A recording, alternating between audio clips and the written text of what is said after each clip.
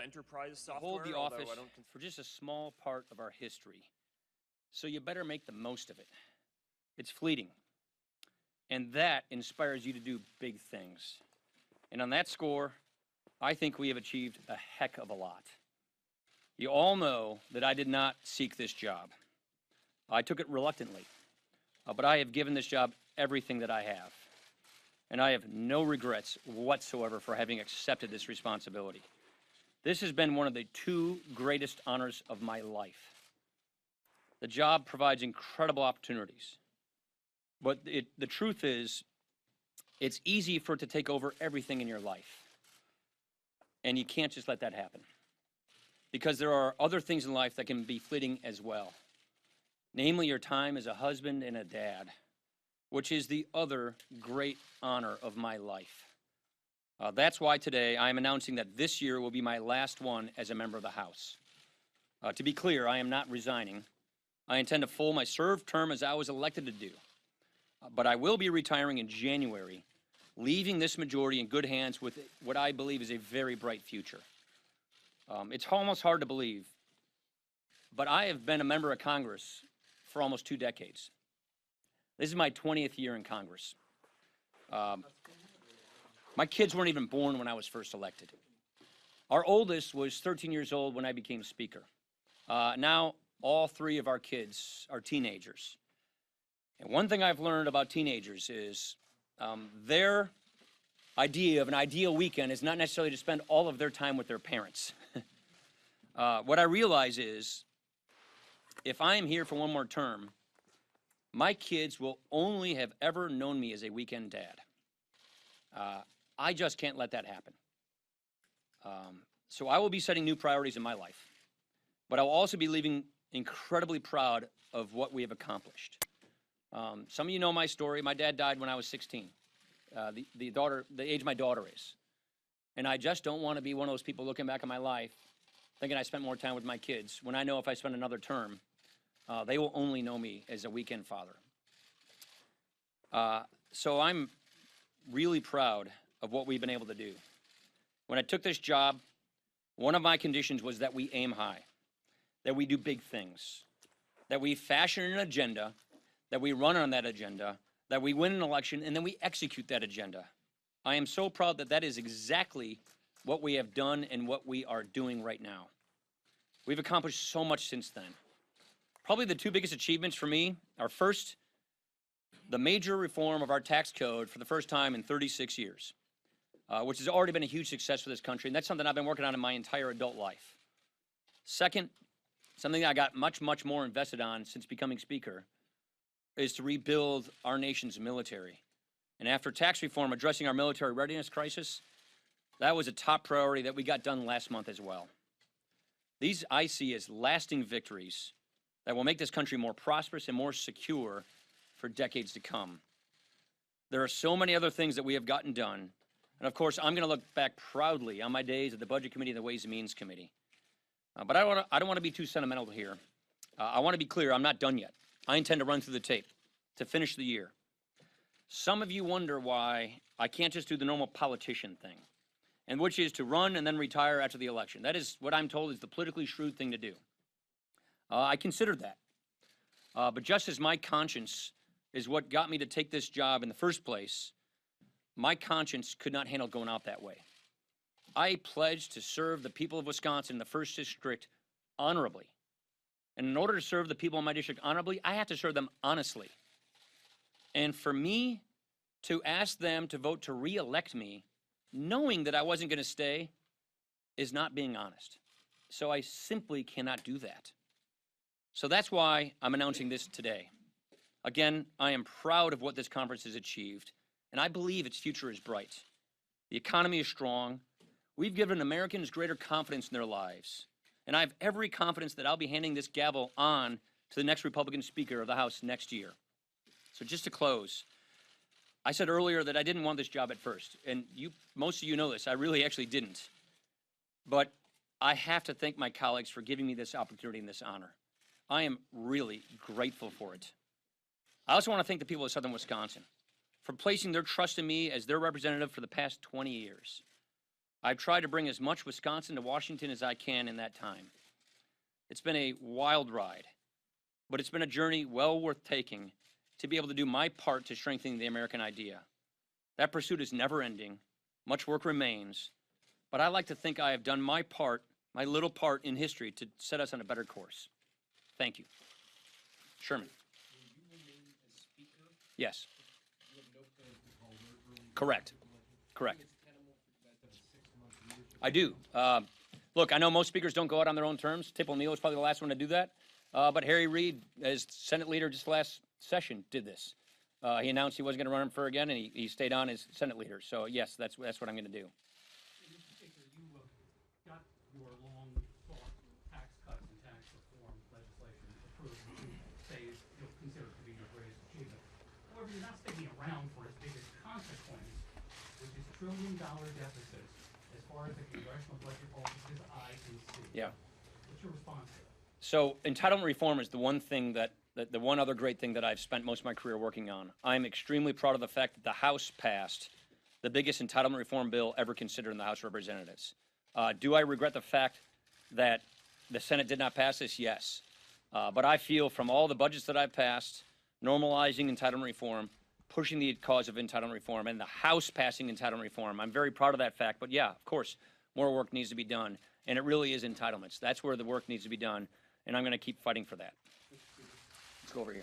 Yeah. Mr. Speaker, is the chance that you might not be Speaker come November if Democrats possibly take the House factor at all? No, in this decision? none whatsoever, actually. Look, you all know me. I didn't take this job to get the gavel in the first place. I'm not a guy who thinks about it like that. This really was two things. I have accomplished much of what I came here to do, and my kids aren't getting any younger. And if I stay, they're only going to know me as a weekend dad, and that's just something I consciously can't do. And that's really it right there.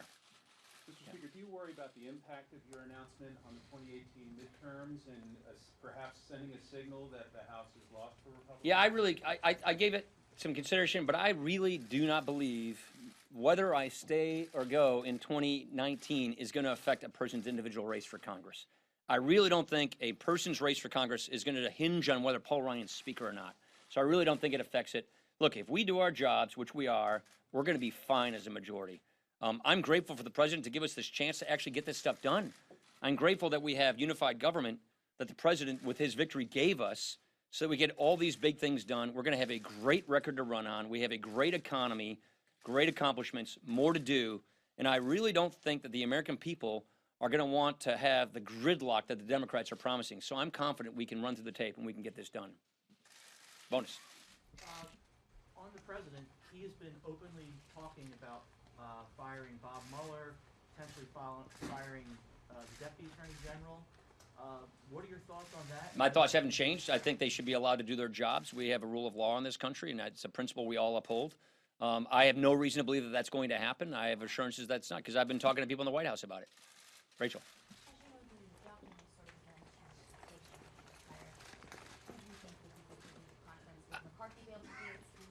I have great confidence in this leadership team. That's one thing that I'm really proud of. Obviously, I came with a big gulf in leadership when I came here. I think we have a fantastic leadership team. I have more thoughts on this. I think this is probably not the right time to get into that, but I'll share those thoughts later. That election's in November, so it's not something we have to sweat right now. Last question. Anna. To what extent was your decision influenced by the way President Trump has changed the character of Washington and the character of the Republican? Not at all. Like I said, I'm grateful to the president for giving us this opportunity to do big things to get this country on the right track. So the fact that he gave us this ability to get all this stuff done makes me proud of the accomplishments that I've been a contributor to. Makes me satisfied that I've made a big difference, and he's given us that chance. So I'm grateful to him for that, and that's really how I see it. Thank you very much, everybody. Take care. Stand by. Got it. This is TikTok by Bloomberg's David Myers. You're watching breaking news coverage of House Speaker Paul Ryan announcing he will not run for re-election this fall, but he will serve out the remainder of his term. Joining me now on the phone is Bloomberg News national political reporter Sahil Kapoor from Capitol Hill. Sahil, recap for our audience what Speaker Ryan just said about his future. David, he went through the consideration that had been going through his mind as to whether he should stick around past this year and well into 2019 serve another term. And one thing he said a few times, one thing the speaker said a few times is that he worried that his children would only see him as a weekend dad. He used that phrase a number of times, so I think that was one of the things that he was clearly thinking about. He talked about some advice he had gotten that it would be better for his party, for the House Republican majority, if he had decided to run for re-election and then retire. He said he couldn't bring himself to do that. He talked about how, despite the announcement that he's not running for re-election, he's going to stick around as Speaker for the rest of this term. He pointed out that Harry Reid, the former Democratic Senate Majority Leader, did the same after announcing his retirement and sticking around. He said, "I'm not done yet. I'm through the tape and finish the year." But I'm quoting him here, "My conscience couldn't handle going out that way," he said, regarding the idea of running for re-election and then retiring after he won. So we just lost the shot of the room, Sahil, but we're now looking at a room of Statutory Hall in Capitol Hill. So the president tweeted this morning, Speaker Ryan is truly a good man, and while he's not seeking re-election, he will have a legacy of achievement that nobody can question. We are with you, Paul.